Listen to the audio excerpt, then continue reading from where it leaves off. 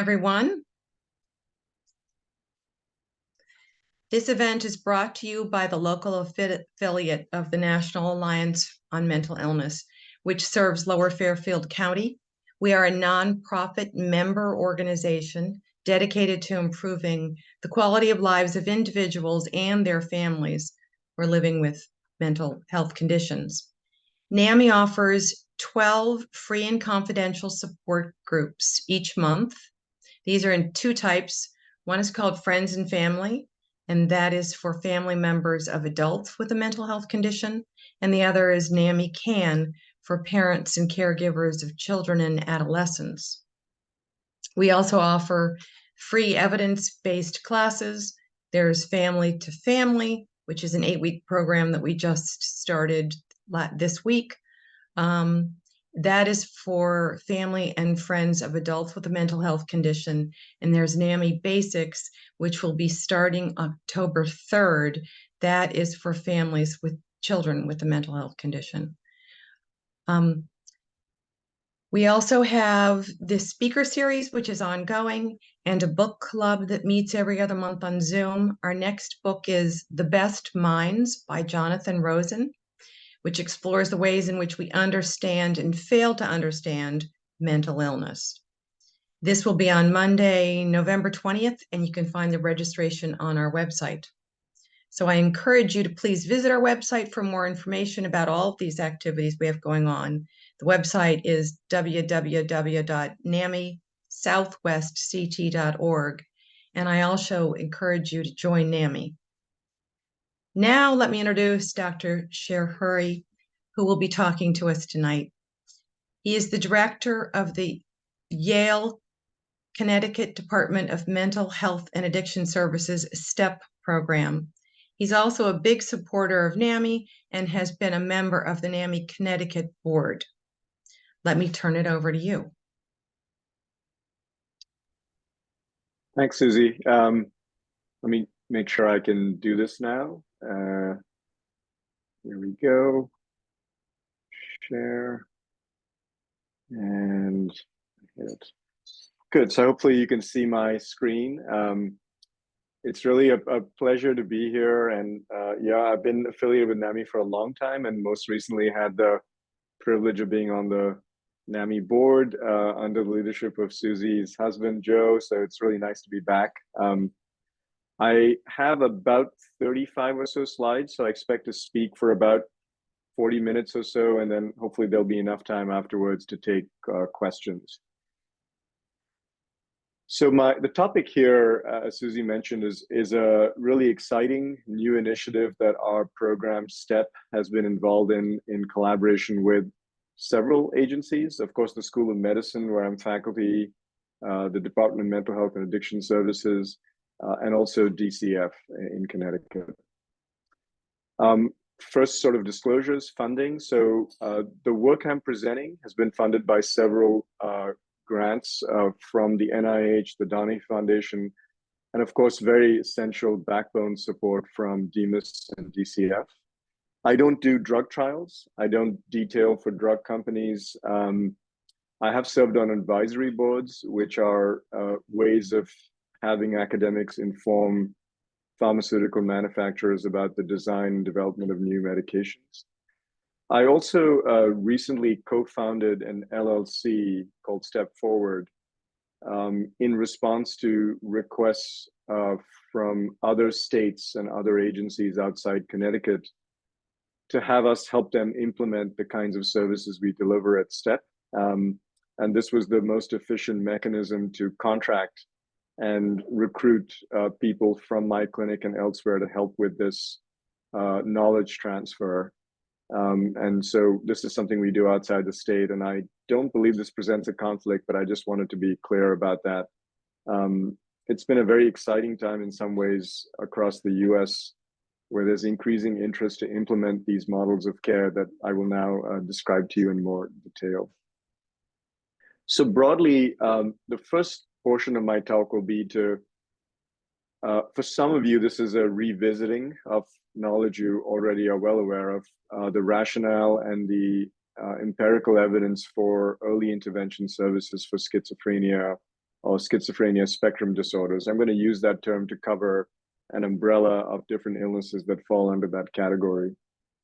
And the second part, which is really to outline what is really the beginning of a very new initiative. And this is actually the first public outing for this initiative that we've been building for more than a year and a half now in conversations with DEMIS and DCF and other stakeholders on the clinical side.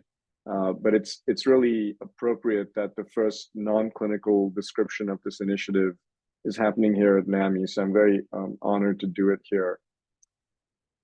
So just stepping back a little bit to describe the rationale and evidence for what I'm hoping to disseminate. Seem to have encountered a bit of a freeze. Let me see if I can move it here. Oh, okay, there we go.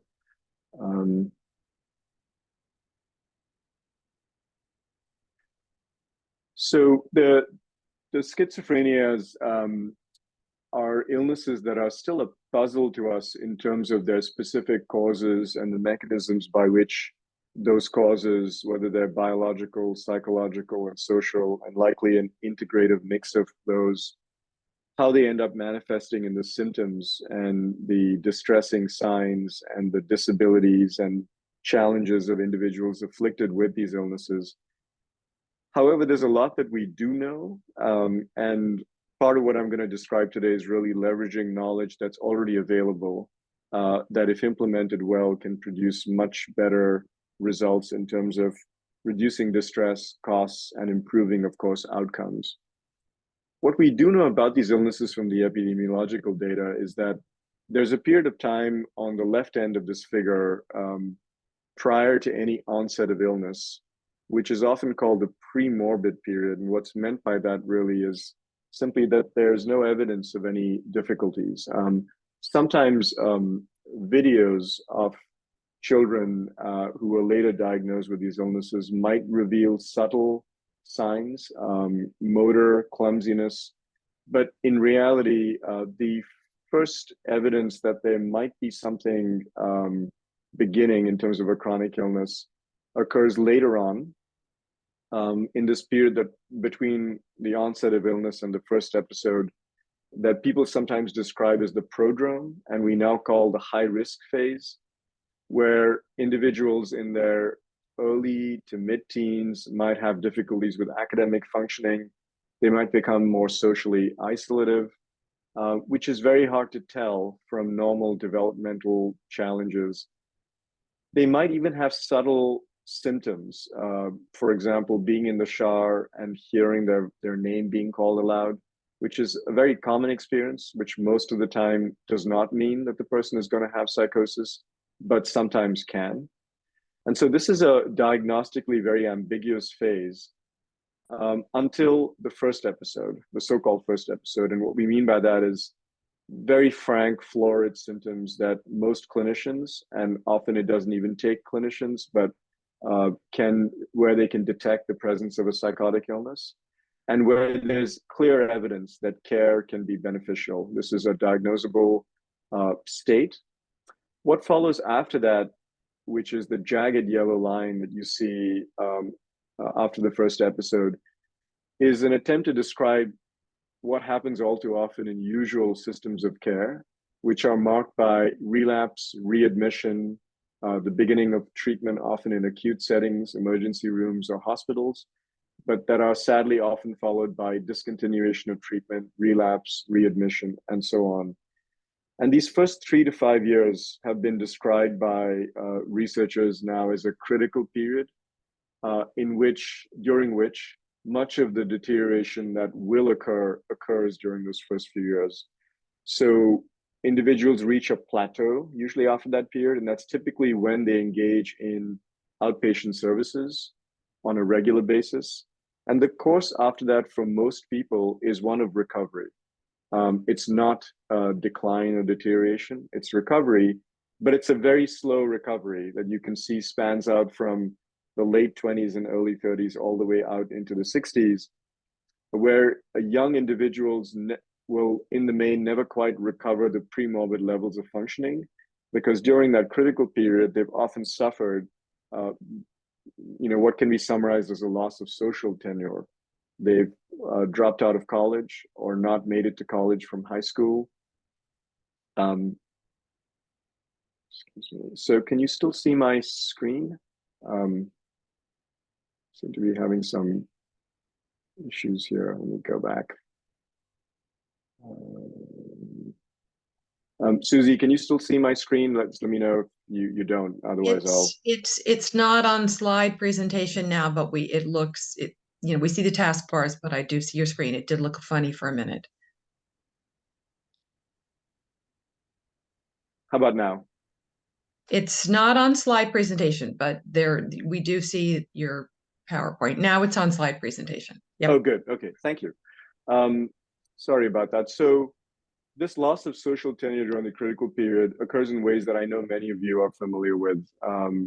Losing a job, losing a first relationship of adulthood, dropping out of college or vocational training, or even dropping out of high school. And at a time when most young people are building tenure, building social capital, building their CVs, this is a time when individuals in usual systems of care can fall off that trajectory. And it's one that's very hard to recover in most economies.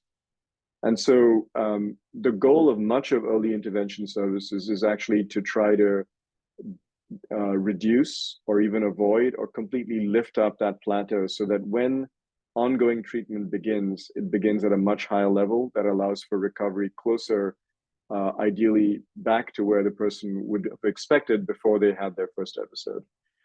There are some small groups of individuals, the white line designated as A, who have one episode and as far as we can tell, never have another. And these are individuals that we know very little about. The good news is that they don't appear to require a lot of intensive treatment, but we are mostly ignorant because they tend to not be in clinical settings or in studies. And so they may be a group that that have needs, but that are not adequately accounted for.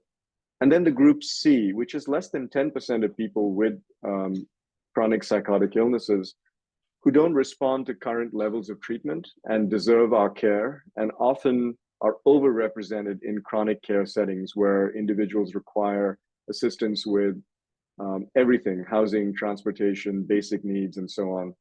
But the point here, of course, is that while they can live full lives in very protected settings, they represent a small minority of the actual patients afflicted with psychosis, even though many clinicians are most experienced and have many of these individuals in their chronic care clinics. This can convey a false sense of gloominess about the prognosis for most individuals in the first episode who actually belong in that jagged line, where there's a lot of room for and opportunities for early intervention to lift that plateau. A couple of other points to make here is that symptoms and functioning, these don't often go together. So in the early phases, you can have a lot of florid, severe symptoms, but functioning has not actually declined that much and can be regained. In the chronic phase, you often have much more muted symptoms, whereas the functional deficits may be quite severe, especially if the individual has not received intervention early on, has lost a lot. So while they may be capable of much more, there may be many opportunities that have been permanently closed. Most concretely, if a person acquires a criminal justice history while they're in the midst of the critical period, it becomes very hard to actually find employment. So the field has over the years coalesced around this idea of the duration of untreated psychosis. It's really a convenient quantitative measure that correlates with worse outcomes. The longer the delay between the onset of the illness and the beginning of treatment, there are worse outcomes that can be measured out to 2 to 3 decades afterwards. And also, quite apart from the long-term outcomes, this critical period can represent a kind of catastrophe in and of itself, which is it's a much higher period of risk for self-harm and suicide. It's a higher risk period for aggression in the context of untreated symptoms that can result in criminal justice pathways instead of treatment. And it's also a period in which, like for many other young adults, is a high risk period for the onset of a variety of substance use disorders that good treatment can have a preventative role in. So a summary for those who are going to look at these slides later, the evidence before early intervention services really took off around the world suggested that less than a third of individuals recovered over 5 years in usual care. And recovered meant approaching something close to their peer groups in terms of functioning. And we think we can do much better with currently available treatments. The costs of not providing these early intervention services, that is to say usual care, are considerable. So this is an estimate of the costs, health economic costs of chronic schizophrenia.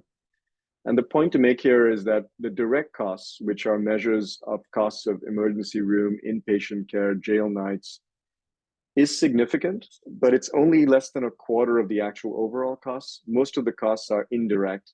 And so these include the costs that accrue to our society when we lose the talents of these individuals who, instead of working and contributing to the economy and paying taxes, are not working and sometimes are drawing social supports from the tax base.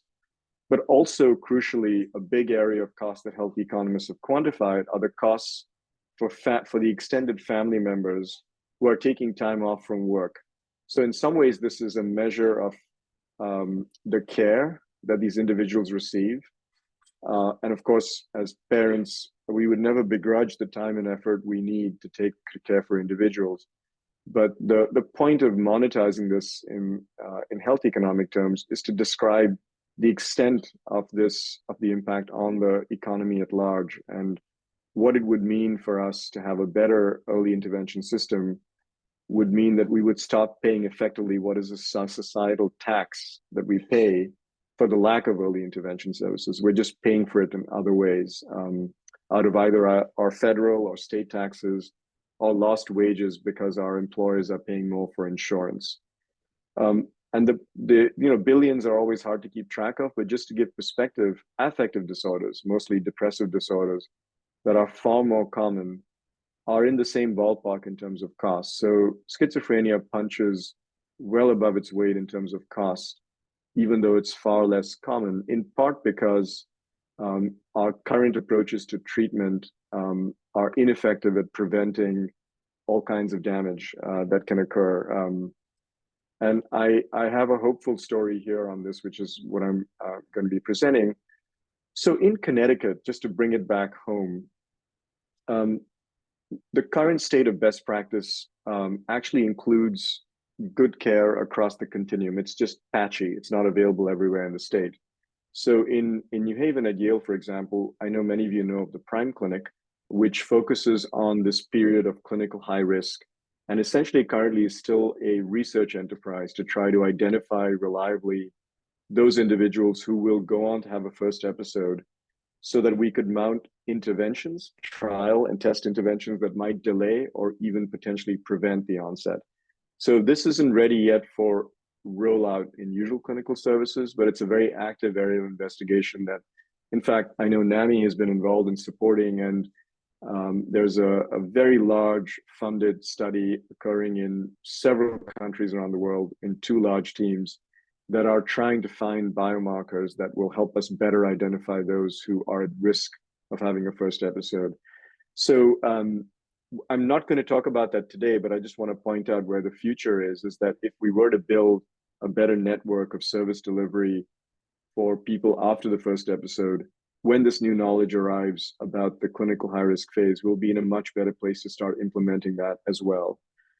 So what I'm going to describe for the rest of the talk really is what happens after that vertical dotted line, the onset of the first episode, and where STEP has been developing early intervention services to really lift that plateau that would allow the existing chronic continuum of care to leverage the benefits of early intervention. And we have, I would say, across the state, one of the best, and certainly there are gaps, but one of the best chronic care systems for people with chronic psychotic disorders. And I'll say more about it, but our goal in this initiative really is to lift the middle section, the critical period after the first episode. So I'm going to describe the evidence, but this is actually the bottom line before I give you the details. And it really goes along two threads. One, if you simply provide care earlier to people after a first episode and you don't enrich the care in any way, you don't make it any better than it usually is, you can have a long-term impact on outcome. Just getting professionals in there as early as possible does good things for people in terms of reducing suicide risk, improving symptoms, outcomes. This is hopefully not a surprise. Of course, it matters who the caregivers are, of course, but the point is in general systems of care, professionals can have a very good effect if they just arrive on the scene much earlier. Separately from that, improving the quality of care, in which actually most of the work has been done, because this is in some ways logistically easier to do. It's about getting existing services to get their act together and deliver higher quality care. And this has been now shown in multiple studies around the world, including the one that we have done at STEP. So I'm going to say a little bit more about both of these strands. So I'm going to try to make this chronological to make it easier in some ways to describe all this. But we started as a clinic in 2006 in discussions with Tom Kirk, who was the commissioner of DEMIS at the time. And it was a group of faculty, some affiliated with Prime, social workers, nurses, psychiatrists, psychologists working at CMHC, who worked mostly with chronic individuals, but wanted to do something about this early phase because they were clearly seeing evidence of people coming into care too late. And on the Prime side, there was increasing frustration that when people became fully symptomatic and had a frank psychotic episode, it was very hard to find care for them, especially if they had commercial insurance, because if they didn't, they could be sent to one of the ambulatory clinics at CMHC. So in discussions with DEMIS, we were able to lower 3 specific barriers to entry into this new clinic that we called STEP. One was that we took people regardless of insurance. And so to this day, STEP is the clinic at CMHC that takes people who have Aetna and Anthem, and doesn't matter what. We also asked to take people regardless of CMHC's catchment. So if you lived anywhere in the state, as long as you're willing to commute to STEP, you could come for care. And we also got an agreement to take people who were 16 and 17. So as you may know, some of our LMHAs that are state-owned across the state do not take people under 18. But because the first episode, its peak onset is from the 16 to 35 range, we wanted to make sure we would not exclude 16 and 17-year-olds. So we were able to open this clinic. And in 2007, we began doing a trial funded by the Donahue Foundation and then by the NIH, which was trying to ask the following question: if we build this service and take in the kinds of people who would be eligible broadly in the first few years since psychosis onset, and we deliver it within the setting of a public sector with the interventions we could afford in a feasible way, would it improve outcomes over the kinds of settings in which these individuals would usually be referred for care? So we did a randomized trial, essentially tossing a dice and allocating people to either our service or where we would send them usually. And the reason for this is we had no evidence that what we were doing was actually going to improve outcomes, although we had a suspicion based on prior studies done outside the US that it could be helpful. We wanted to establish this in a rigorous way and actually measure to what degree we improved outcomes and whether in fact it was cost effective to do.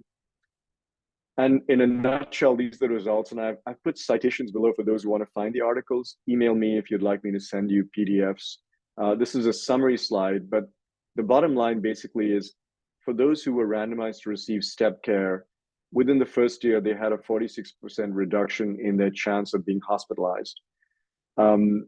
And they also had a 42% increased chance of vocational engagement. And just to make that point clearer, when we took in these individuals, a significant percentage, close to 25%, had dropped out of the labor market. So these were individuals who were not in school or work, even part-time, but actually were also not even looking. They had sort of dropped out and given up on looking. By 1 year out in STEP treatment, this described the case only for less than 8% of individuals in the clinic, but it did not shift for those in usual care. And although this is 1 year data, it was very suggestive of that big indirect costs that I mentioned earlier, because individuals who check out in their early 20s from even looking are going to be on a trajectory that really is not going to lift much functionally, even if as their symptoms recover. So we saw this as an early validation that this approach would not just reduce direct costs, hospitalizations, but had a signal to reduce long-term indirect costs as well. We also published a paper on using a cost-benefit analysis, asking the question, how much did it cost to do STEP, which was adding some extra services onto usual treatment? And then how much did we save in terms of hospitalization costs? And you'll see the graph shows progressive reductions in hospitalization time, which translates to cost. And the paper describes this in more detail, but unsurprisingly in the US, the amount of money you save on not paying for hospital days more than pays for the extra costs of outpatient care delivery in whether it's group or individual psychotherapy, supported employment, family education, the other elements of our care model. So we have since developed this model of care that has since in the US been termed coordinated specialty care. So we were one of the first clinics that we did the first trial that showed that this specialty model of care worked in the US. And the elements should not be a surprise to any of you. It includes psychotherapy, pharmacologic treatment, health promotion focused on obesity and smoking and cardiovascular risk, supported employment and education, continued longitudinal evaluation for diagnostic assessments. Sometimes the diagnoses are unclear in the beginning. A big component of family support and education. And then, of course, coordination with community supports that are age appropriate. So while for an older person who's in chronic care, this might be around supported housing, for younger individuals, this is often coordination with high school and college counselors, employers in the community who need some assistance in better supporting individuals who are early in the course of an illness. So these are all the elements that have subsequently become part of NIH's model of coordinated specialty care. And for those who've been tracking this research, when we began in 2006, we were already aware of two large randomized trials that have been done in the UK and Denmark. And really, they were asking what we call an efficacy question, which is, can it work? If you develop the most intensive Cadillac level of care, can you demonstrate that it beats usual care? And if you fail at this, it would reduce enthusiasm for expanding on the model. And so what they provided were ACT level services, clinician-patient ratios of 10 or 12, 1 to 10, 1 to 12. We adapted that model in STEP and did the first pragmatic study with mostly office-based services that were more feasible to conduct in the public sector in the US. This was replicated across many more sites in the large RAISE Navigate study in more than 20 US states that found very similarly that there were significant improvements in those who received a specialty team-based model of care versus usual care. Both STEP and RAISE Navigate have now reported on health economic benefits. And the question then confronting us now is, are these models scalable? Can you port them outside the places in which they were initially designed and built? The good news there from a policy perspective is in part related to the data we had developed and also the RAISE Navigate study. The NIMH and SAMHSA collaborated to really develop funding incentives that have now resulted in a 10% set aside within the mental health block grant. So it was money that was actually added on to the block grant and then carved out for first episode services. And you can see that back in 2008, there were some services in Oregon. There's a red dot in Connecticut. That was us, you can't see. There were very few basically public sector, open to all first episode services that were not just research clinics. But there's been an explosion over the years, in just 10 years. And I think this figure, if you showed it now, would have even more. There are more than 300 coordinated specialty care clinics, at least one in all the 50 states. And this has been really a dramatic uptake, which usually doesn't happen this quickly for new healthcare services. So I'll get back to this later, but the point is there's now policy momentum around further implementation of first episode services. At STEP, we moved on after this study to continue providing the service, but now confronting another challenge, which was early detection.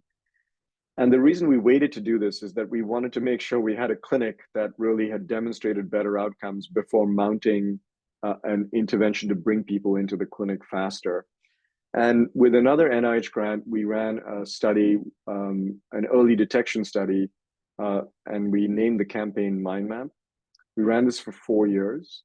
And the design of the study was really a replication of a Norwegian study called TIPS, that so far with MindMap is the only other study that's managed to reduce community level DUP, which, as you can imagine, is challenging given that a clinic has little control, but little control over the delays that come to the clinic, and it requires working with a variety of stakeholders in the community. So like TIPS, we had a control site, a clinic that's very much like ours in Boston called PrEP. And they agreed to provide a similar model of care, but to not do early detection, which is what we did at the STEP side. The idea being, we wanted to be sure that our intervention to bring people in was the cause of the reduction in DUP, rather than something else going on in the healthcare environment that might have driven it down. So what we did to reduce DUP involved three sort of planks, or three chairs of the stool, if you will. One was a media campaign using social and mass media to educate people about how to identify psychosis, and critically how to refer them or bring them into care at STEP, how to connect with us. The second component was outreach to our peers, professionals in the community, who would be our referral network. So ensuring that they were able to call us and send individuals to us if they suspected the onset of a psychotic illness. And finally, an intervention on the clinic side at STEP to work on reducing delays at our front door. So I'll say more about each quickly. Some of you hopefully saw some of these messages when we were running the campaign. On the top left is our website. It's a screenshot. The top right is really a graphic describing for individuals what care is like. And then there are some messages at the bottom that were all designed to be consistent with a call to action, which is our telephone number, and designed to also help people share this on social media with friends, colleagues, and so on. We also used some mass media, local TV, a local newspaper, and then we had skins on local buses, all of which had, it's not totally visible in this graphic, but a clear call to action, which is a telephone number that everyone could call, no matter who they were, a friend, an associate, a teacher, a policeman, who thought they had seen someone who might need our services, and we would work with them to figure out how to contact this person and bring them into care. So we had a website, but we had a variety of social media channels we used. On the professional outreach and detailing plank, we identified multiple stakeholders in this region that we were targeting, for which we tailored messaging to help them make referrals to us. I should mention, and again, that with the onset of this campaign, we restricted our catchment at STEP to 10 towns. The rationale being, we wanted to bring everyone in with the first episode in those 10 towns to us, and we wanted to make sure that our clinic had the capacity to care for all of them. So we went from the moment of starting this campaign in 2015 to transitioning to becoming a population-based clinic, which is putting our hands around a geographic location and trying to find all cases in that region for care. So we planned events. On the top right is the launch in February 1 of 2015 of our campaign, and Miriam Delphin-Rittman, who was the commissioner at the time, was invited. We had representatives from the state legislature, the governor's office, and then leadership from various healthcare organizations, and of course, clinicians, parents. And the idea at these big events, including the New Haven Road Race at the bottom left, was to invite community members to talk to us about how to make referrals, but also to project to all these stakeholders that their trusted leaders were also part of the campaign. And so they might be more likely then to call us and make referrals. We did a bunch of different events at local restaurants. For example, we hosted events where our clinicians would talk about what treatment was like. And the idea again here was to speak to people who had never been in the mental health care system, or interacted with it only in negative ways through the police or through involuntary admissions, who might have harbored many different fantasies about what we do at CMHC, some of which included things like, you will, tie me up, give me electroshock. People had fantasies. These were individuals who hadn't been in the system for a long time. And so speaking and hearing from our clinicians and discovering that mostly what we do in the building is talk to people was a way of reassuring them and having them call us. And the final plank of the intervention was really a series of continuous quality improvement initiatives to drive down the time between when they were discovered to be eligible for our service and when they actually got admitted to our clinic. And we know that there's often many ways in which this can get delayed. Young individuals are ambivalent. If they come for an appointment, it's the wrong day, or they miss an appointment, clinics might say, well, let's reschedule. And then the young person goes back home and says, well, they didn't want me. And this can go on for days and weeks and even months. Conversely, clinicians who are busy with existing individual patients may not call back right away. And so what we had was two teams, a team that was really focused on early detection and bringing people into the clinic, who were incentivized to screen as many people as possible and bring as many as they could in, and a clinical team that really was incentivized to provide the best care they could.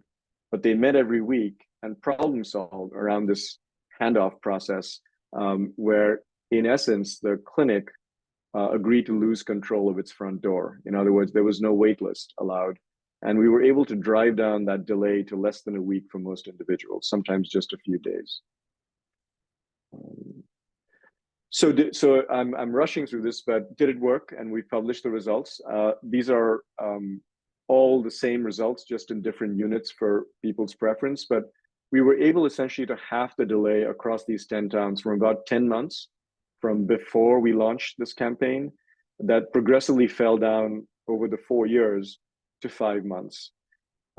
So this effect was comparable to the effect that the study in Norway had achieved, which is also they were able to halve the delay, although they started at a delay much lower than ours, 10 weeks to 5 weeks. And for those who are interested of what the state is in the US, the middle column describes the largest study from RAISE of what the average delay was. And so it's averaging about 74 weeks. So this is admittedly across multiple different states. It varies by state. But this is in some ways a shocking number, which is individuals who are clearly ill, who can take more than a year to get into care.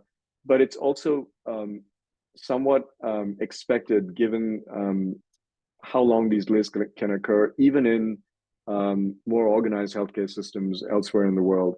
It is a challenge to find ways to bring people in, given the level of ignorance about identifying symptoms among stakeholders in the community, obviously a role for stigma and discrimination, but also the ambivalence of the individual who may not think they're ill and may not think much about the mental health care system that doesn't advertise itself as particularly being youth or young adult friendly. So we were very excited by these results. We learned many lessons over the 4 years doing the campaign, and we're still learning a lot and analyzing our data. I present this as really something that is just a visual representation of what you probably all suspect. So this is a network graph that really accumulates data from hundreds of patients who came to STEP over the course of the study. On the left end is the time of onset of psychosis that we dated. And all the way to the right is STEP, which you might regard as a placeholder for any clinic in any region were we to do this kind of an effort there. And the thickness of the lines just describes the numbers of journeys that patients took. So they aren't counts of patients, because some patients took these journeys multiple times, but they're counts of how heavily tracked these different routes were. The red nodes on the periphery are clinical nodes, and their size reflects the numbers of times they were reached by people before they came to STEP. The blue squares are community nodes. And as you can see, over time, we learned a lot about our local 10 towns. Unsurprisingly, the ED and the inpatient units figure very largely. And we would like to see those shrink over time, because that would mean that individuals were coming into care at STEP without having to go through mostly involuntary admissions. Primary care on the top left here is tiny. This is a problem. We were not able to successfully engage primary care providers to make referrals. So although patients might have gone through there, it was not used as much as we would like. So it's an area for improvement. And at the bottom, you can see, unsurprisingly, family is by far the biggest non-clinical node involved in help-seeking events. So there's more to say here, but the point is, there's data that we need to keep collecting when we try to launch early detection efforts in other regions, because it can help really advise us on where to lean, on which nodes are important, and where we should go to really reduce delays in any local referral network. So all of this work, the development of coordinated specialty care service, and then the development and testing of an early detection intervention, we have folded now into what we call a care pathway that's informed what we do for everyone in these 10 towns.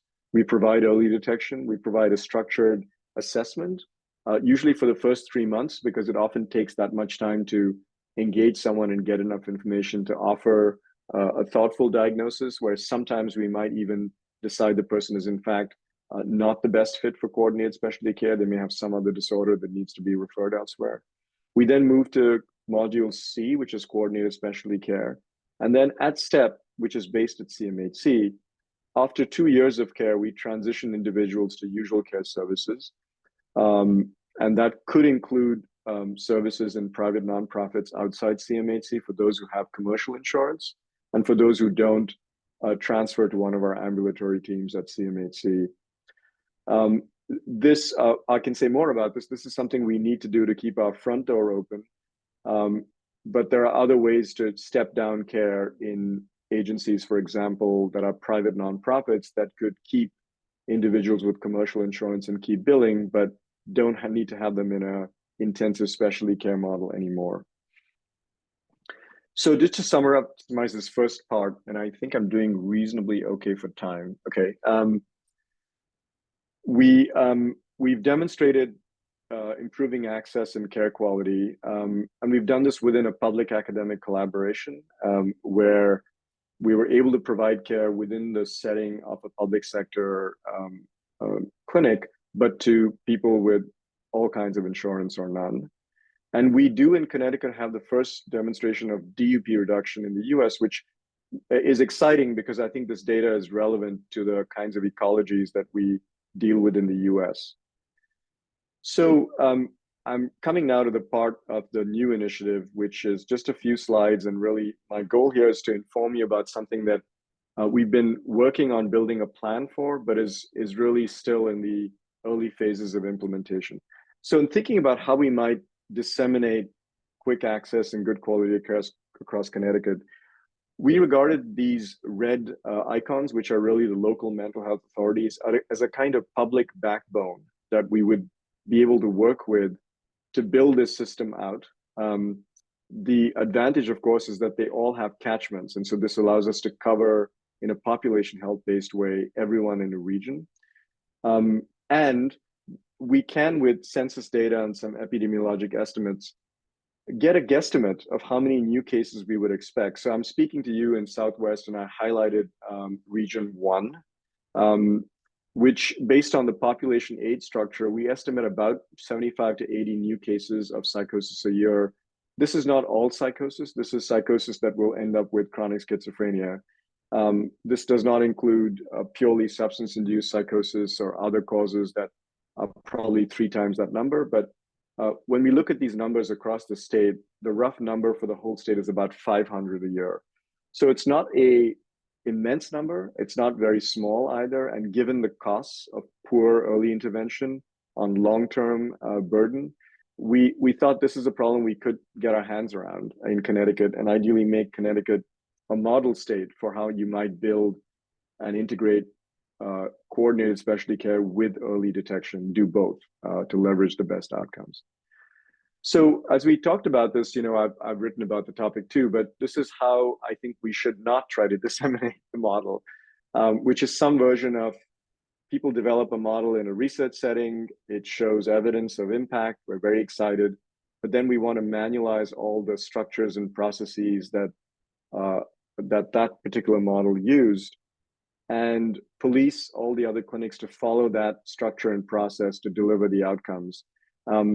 I think this doesn't work even when it has been shown to help a little bit. but it also undervalues the expertise we already have in the state to be able to do this. And so we've employed something that came out of the Institute of Medicine a long time ago and has been used in cystic fibrosis and pediatric cancers and gastrointestinal disorders. And the idea is fairly simple. The science is only one part of it. The science that I've described to you is a critical part of it, but it has to be done along with three other things at the same time. Informatics, which is really broadly speaking a way to collect data to monitor outcomes in real time, to be able to adjust the intervention. Incentives. So in the US, obviously, this includes payment incentives that allow for services to provide this enriched care and not pay a big business price. But in fact, more important than that monetary incentive, what clinicians often require is some autonomy, feedback on how they're doing, and then a sense of increasing mastery over their work that has been shown to really result in better quality care. And then finally, the most important element, I think it's the hardest to describe, is culture. Clinics which welcome the measurement of outcomes as a way to audit and improve their own practice and share that with each other around a shared goal. So if this sounds a bit utopian, it has been done in other chronic medical conditions. And it has become in some ways the ordinary way in which many clinics basically provide care. But it has not been done in psychiatry in general, in behavioral health. And I would say schizophrenia is in the lead here, in part because of the leadership from the NIH that's trying to foster these learning health networks. So to be a little more concrete, people talk about hub and spoke, and STEP is serving as a hub now for this statewide implementation.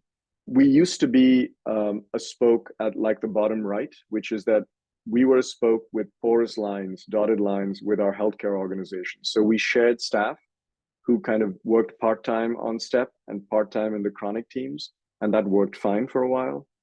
Starting in 2015, we became a spoke and like the top left, which is we had our own ring-fenced budget and staff who only worked on STEP with some few exceptions. And that can work too. We evolved in that direction. So we could envision that working in other LMHAs. We don't think that it needs to be structured in any one way. There could also be completely independent spokes that only serve first episode patients that aren't integrated to a larger organization. And then we hope very much that the spokes we work with will then become hubs over time to other spokes. I'm being a little abstract and I'm getting to the end of my slide deck, but our purpose is fairly simple, not easy to accomplish, which is that all individuals with schizophrenia across the state will live fulfilling lives. This is the purpose. What we're concretely trying to do is focus in on this critical period of FEP and specifically improve access and quality in ways that are measurable, so we can track this and show improvement. And when there is an improvement, resource efforts wherever we need to in the state to get the standards up. We're seeking to involve everyone, and as you've probably seen from our early detection efforts, this involves stakeholders, many stakeholders that were outside healthcare organizations, and so this is an effort that will need everyone to be involved. How we're doing this, as I mentioned, is through this mechanism of a learning health network, and where are we now? When? So we're talking again about all residents of Connecticut, 16 to 35, and within 3 years of psychosis onset. I can say more about why we picked 3, but we think that picks most people who are within the critical period who could benefit from CSC care. The goal is to include anyone regardless of insurance. The website of the CT Early Psychosis Network.org has all this information, including these slides and contact information for all of us. And it's where we'll be updating this initiative as it rolls out. And what we've done so far already in the early phases is to provide a lot of educational resources, both for healthcare providers and for the community.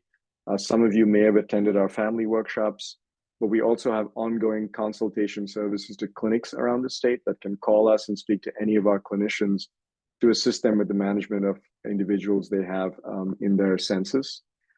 We've also run ECHO seminars for those who are familiar to help improve the skills of clinicians around the state who want assistance in managing individuals with FEP.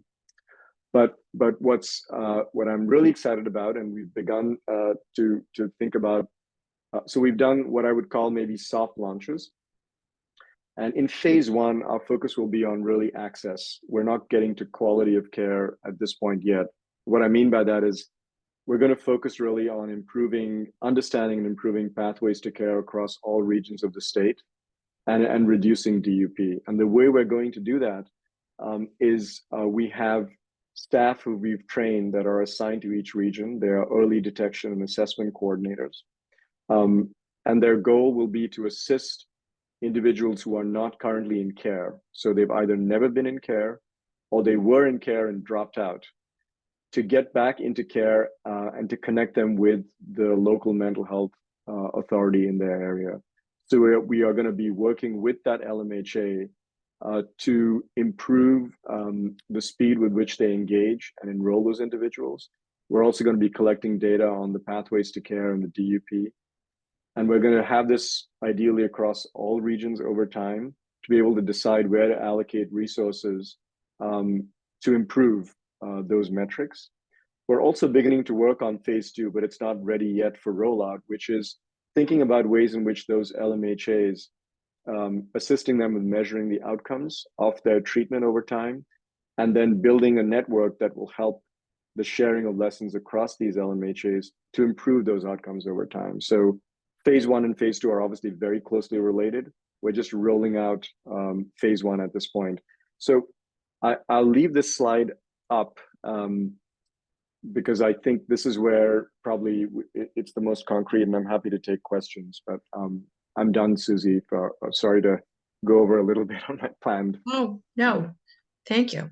It's fine. We that was a lot of information. I think we all have a better understanding of your passion to help people with psychosis and reduce the duration of untreated psychosis, which is great, and how you've done it. And maybe we'd still like more information on how it's going to happen in our regions. So anybody who has a question, please put it into chat. I see one just came in. It's either going to go to everybody or make sure it goes to NAMI Southwest CT Susie, because I'll be the one that's trying to read them. And let's see, we had a few early on. So there's a question here. I'll read them, and then Dr. Srihari will answer them. How are they implementing the rollout with local mental health authorities?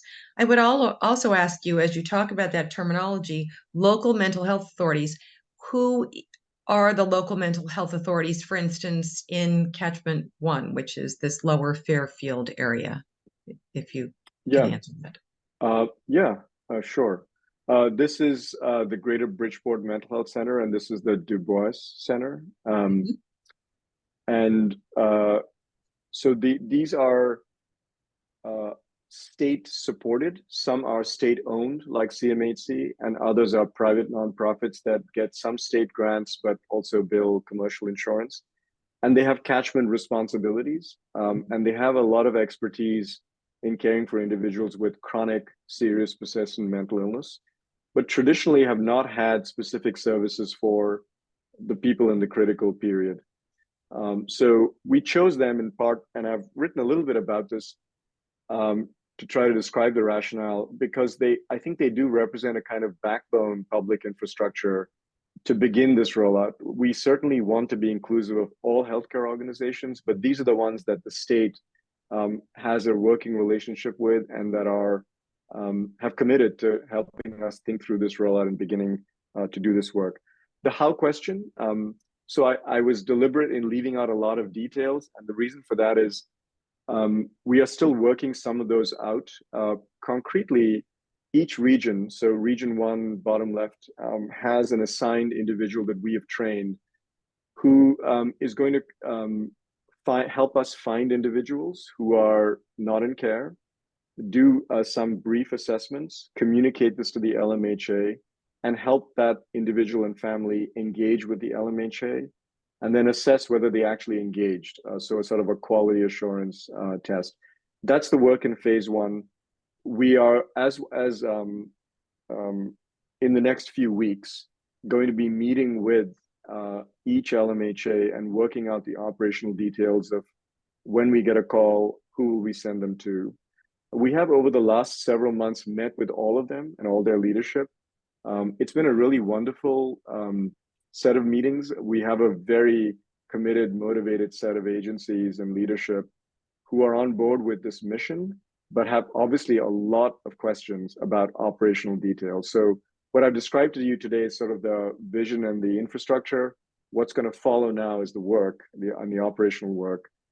And we fully expect in time to come back to NAMI and to other stakeholder groups in each region to start thinking with you about how we can get individuals who are not presently in care connected with care.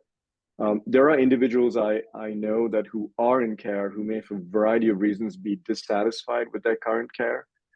For those individuals, what we currently have to offer is really services for their providers, free consultation and workforce development to improve the skills and knowledge of their providers. We expect over time to find ways to fill those gaps more directly in phase 2, if there are in fact agencies that feel they need more training or more support to do that. So I hope that's enough detail, but I'm happy to take more questions there. Okay, well, we'll see if more questions in detail come down later on in the chat as we go through this. What if my loved one has had a diagnosis for a year or even longer? Would they still be eligible? Absolutely, if they're not currently in care. So if they're currently in treatment with someone, our response would be to offer services to their clinicians to help improve and provide better services. But individuals within their first 3 years since onset who are not in care are eligible to join this network. So concretely, what that would mean is they would make contact with the early detection and assessment coordinator in their region. That person would get some information from them and their family, and then help connect them to the local mental health agency. Yeah, and there is a process of getting their consent. So even if they're 16 or 17, we have a process where we at least get their agreement to enter care. What they're agreeing to is not research or something experimental. They're agreeing simply to let our staff help them get into care and to give us some information that would allow us to keep improving this process for them and others. So there's a process of making sure that the individuals affected are informed about what we're doing when we're collecting this information about them. Question here was, what kind of input are you looking for from the public? In this case, that public is probably loved ones and family who have someone with psychosis. How could NAMI or NAMI families help you in this process? Yeah, it's a great question, and I'm glad that it's being asked. And we're still working on what exactly the answer would be. So what I mean by that is, depending on the region, we would be interested in learning about better ways to drive individuals to a clinic rather than to the local jail or the ER or the hospital. So concretely, are there organizations, community-facing organizations, youth-facing organizations, that would be good places for us to do outreach and detailing on to educate them about how to identify these individuals and to empower them to reach out to us. So we have a referral number, but we haven't yet launched in many of these regions because we're still working out the details with the LMHA.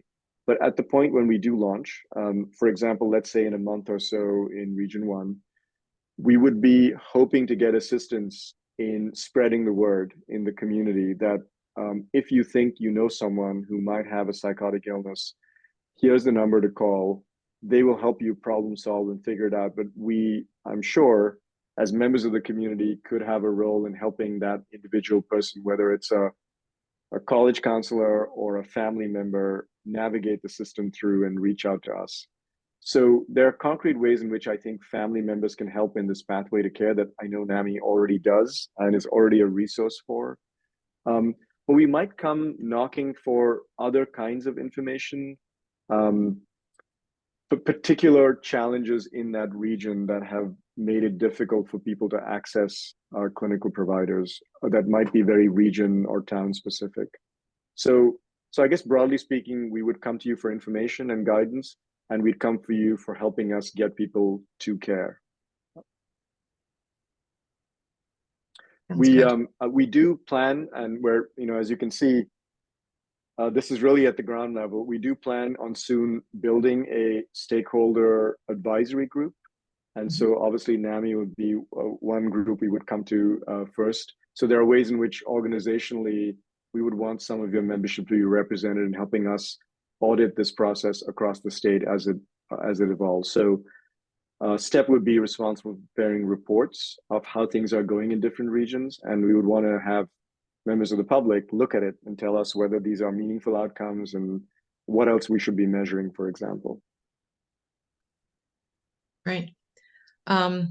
I can answer this one. We have this specific presentation. NAMI does not have this in Spanish, and I apologize for not having that in the language. But will the program to reduce the untreated psychosis, is there a Spanish element? Will you have people who can understand a family where that's the primary language and they can come into the program too? Yeah, it's a great question. So MindMap did not have a Spanish element in its outreach, in part because we were lucky to be co-housed with the Hispanic clinic at CMHC that has its own outreach to the community. And so what we would do is, if we got referrals for individuals who didn't have functional English themselves, we would make a referral to the Hispanic clinic. That's not a scalable solution across the state. And so what we do know, though, is that the LMHAs have staff like CMHC does, but maybe not in a separate clinic, who are Spanish fluent and are able to take care of individuals who are unable to speak English.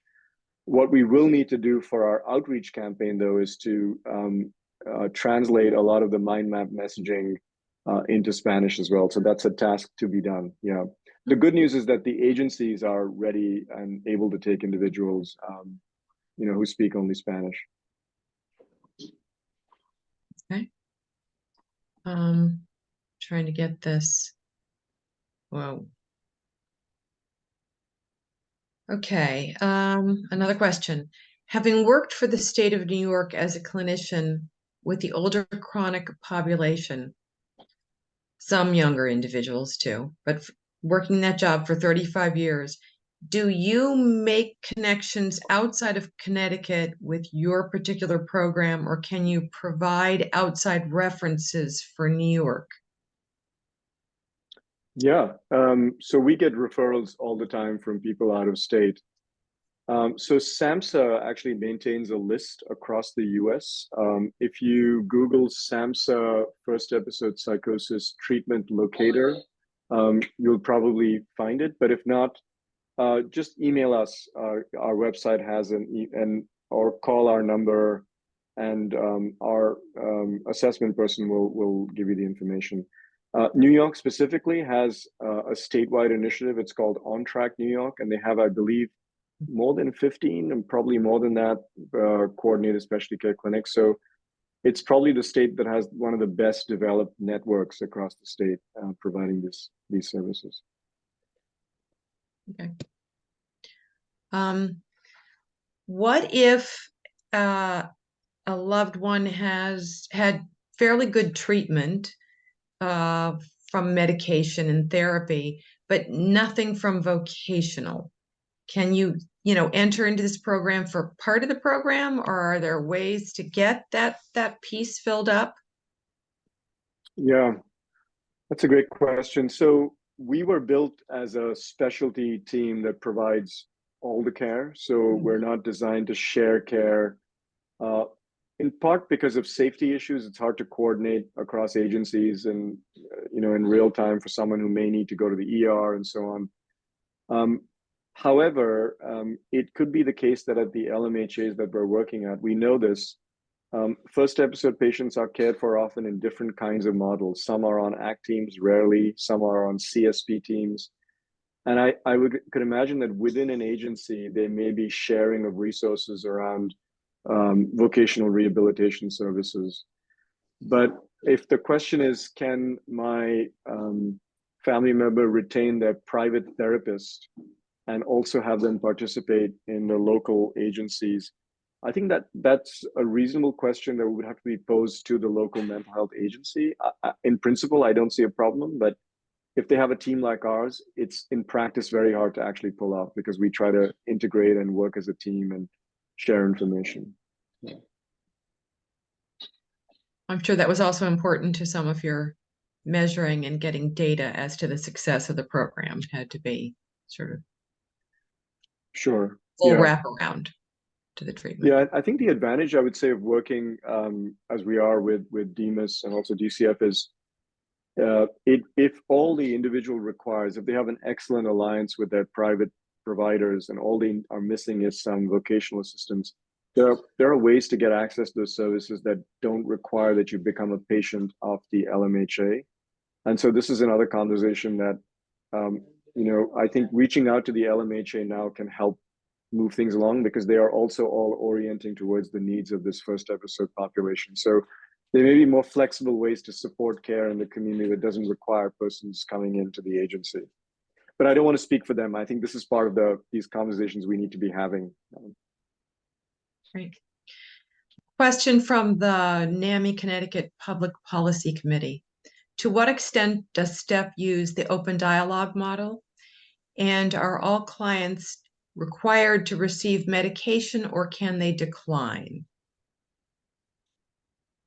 The second one is an easy one. No one's required to accept any of the elements of the treatment we provide. So our goal is to engage young people early, to share decision-making with them, even when we believe their decisions are not the best ones, because we know that will reduce risk overall, and then to try to build a relationship over time where they will accept the elements that we think make the most sense, but there's no requirement that they need to accept medications by any means. We do not use open dialogue. I'm quite familiar with the model. I am aware of one program in Massachusetts that uses it very effectively on their inpatient unit. And I think that it has promise in those settings that have usually been quite, where the communication has been quite challenging with acutely ill patients. But we don't in the outpatient setting, but I'm happy to have a back and forth with whoever asked it about the merits and the benefits of that approach. I would say the spirit of engaging in open discussions with patients and families and sharing decision-making is very much part of the ethos of coordinated specialty care. So because partly many of these young individuals are either living with or still very closely connected to their parents, the traditional approach of assuming that the individual, because of their privacy, does not want their parents involved is not the guiding assumption in first episode services, quite the opposite. So we are actively finding ways to include family, sometimes even at the point of not quite giving the young individual a hard choice, but assuming that this is the way we go, unless, of course, there are good reasons why at some point there need to be boundaries maintained on a young person who's trying to develop their autonomy and independence. But the ethos is very much around inclusion of all caregivers as much as possible in the care delivery. And thank you for that question. Okay, well, I think we've read most of the questions here. I hope anybody else, I hope a few more will come in the chat, please, if anybody has a question about this. There was a lot of information we were given. Sounds interesting. So if I'm understanding the time frame, maybe you can reflect on that. You said within a month, this new employee and individual will be working in Region 1, looking for cases of people with psychosis that are untreated. Did I get that right? Yeah, that's I think an aspirational timeline that might be making some of my teammates nervous. So we have the persons for the region and for Region 1 trained and ready. We now need to have a few more meetings with the LMHAs around the concrete, who does what, when we call, who takes the call, that kind of stuff. Mhm. I think at the time when we firm that up is when we would announce this service for Region 1. So we will certainly include NAMI Southwest in that announcement. I think we're thinking now about how to publicize the availability of this in each region. And we're probably going to roll out region by region. So Mhm. Region 1 is going to be one of the earlier regions just because we began working there a little bit earlier with the LMHAs. So I'm aspiring to a month, but it could be a little later. I think it depends a bit on the how quickly we can get clarity on who does what when we get a call. In the meanwhile, I would say our website, either step.yale.edu or the Learning Healthcare Network website, they're connected to each other, but the Learning Healthcare Network website has all the details. We'll be issuing updates, and we're going to use the same phone number we used for MindMap. It's the referral number for STEP. So if people want to call us about whether this is still is available yet, they can call our number, but they can also go to our website. They can email us at the website. So we hope to soon have news in the next month or month and a half, and we'll be coming back to you to help us publicize it. Great. We have another question. They understand that this recording will be available, but it's long to watch, and other people might just like a copy of the slides. Sure. Can we thank you. We'll find a way to put those. Sure. Hopefully, I'm offering something that our tech guy can do. Get those on our website in some form or fashion. I don't want to send it out to everybody who's registered because we know some people do attend and others don't quite find the time to attend. So I'm not going to send it out to the whole list, everybody who's registered to the meeting. Okay. And that's really all I'm seeing in questions. Anybody else? Otherwise, we used up most of our time. Really appreciate this. This was helpful. You know, it's certainly a program we need. We want to thank you for your time and your commitment to this program, which has been for years, and now expanding it has to be pretty exciting, although challenging. I imagine this is a lot of hard work. So thank you for taking a little time out and explaining it to us. We will try to spread the word too. Well, thank you for having me. And if this website will have all the updates and all the numbers you need. If you can't remember the domain name, I think if you Google STEP Learning Network, STEP Learning Collaborative, it should pop up on the top of the list. So thank you all for having me, and we'll be in touch. Thank you very much. Thank you everybody for joining. And that concludes our presentation tonight. Have a nice evening.